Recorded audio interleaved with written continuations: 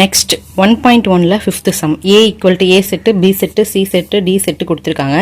Check if a intersection c cross b intersection d is equal to a cross b intersection c cross d is ட்ரூவான்னு கேட்டிருக்காங்க. இப்போ first வந்து LHS வந்து நம்ம போடுவோம். LHS equal to a intersection c.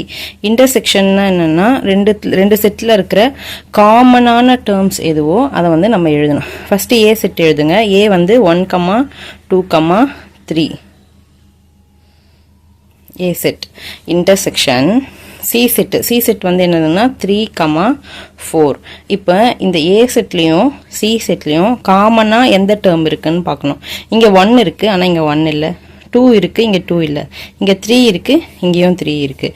So a intersection c equal to 3. 4 இங்கே இருக்குது, இங்கே இல்லை. ஸோ இதுதான். நெக்ஸ்ட் வந்து b intersection d. So b செட்டோட வேல்யூ என்ன?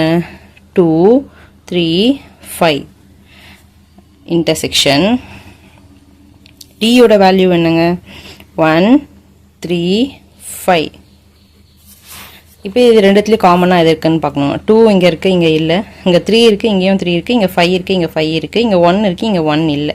ஸோ 3, 5 இதுதான் b இன்டர்செக்ஷன் d. இப்போ என்ன சொல்லியிருக்காங்க? a இன்டர்செக்ஷன் c-யோட கிராஸ் மல்டிப்ளை பண்ணோம். எதுனா b இன்டர்செக்ஷன் d. நமக்கு a இன்டர்செக்ஷன் c-யும் தெரியும், கிராஸ் b இன்டர்செக்ஷன் d. இது ரெண்டுத்தையும் கிராஸ் பண்ணணும். இதோட 3 கிராஸ் 3, 5.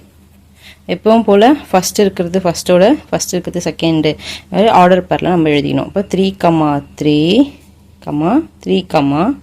5.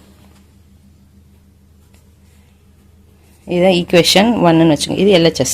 நெக்ஸ்ட்டு RHS கண்டுபிடிக்கிறோம். RHSல என்ன சொல்லியிருக்காங்க? a cross b intersection c cross d. First நம்ம a கிராஸ் b-யை கண்டுபிடிக்கணும். So a cross b. a cross bனா ஃபஸ்ட்டு a செட்டோட வேல்யூ எழுதணும்.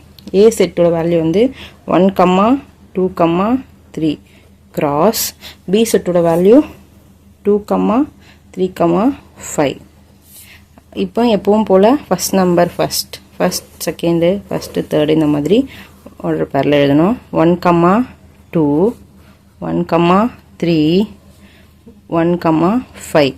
Next second number 2, 2, 2, 3, 2, 5. Next third number 3, 2, 3, 3, 3, 5. இதுதான் a கிராஸ் b-யோட வேல்யூ. நெக்ஸ்ட் என்ன கண்டுபிடிக்க சொல்லியிருக்காங்க? c cross d. So c cross d.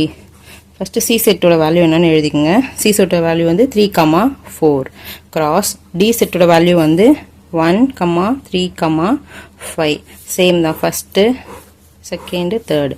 இப்போ ஆர்டர் பேரில் எழுதுங்க. 3, 1, 3, 3, 3, 5, 4, 1, 4, 3, 4, 5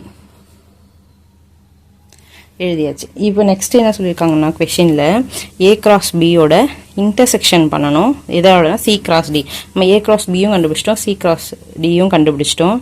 காமனாக எது இன்டர்செக்ஷன்னா காமனாக எது இருக்கோ அதான் எழுதணும். a cross b intersection c cross d. இப்போ பாருங்கள், இது a கிராஸ் b, இது c கிராஸ் d. இங்கே வந்து 1, 2 இருக்குது, இங்கேயும் 1, 2 இருக்கானா? இல்லை. 1, 3 இருக்குது, இங்கே 1, 3 இல்லை. 1, 5 இல்லை, ஏன்னா இங்கே 1 இல்லைன்றதுனால ஸ்டார்டிங்கில் 1 இருக்கிற எதுவுமே இங்கே இல்லை.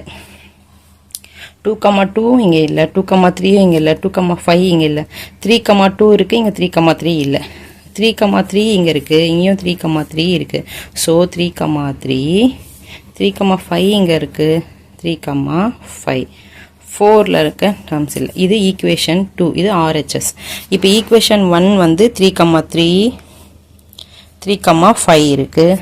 இங்கேயும் ஈக்குவேஷன் 2லேயும் 3, 3, 3, 5 இருக்குது. So from equation 1 and 2 LHS equal to RHS. So question என்ன சொல்லியிருக்காங்க, A intersection C cross B intersection D equal to A cross B intersection C cross D, hence proved.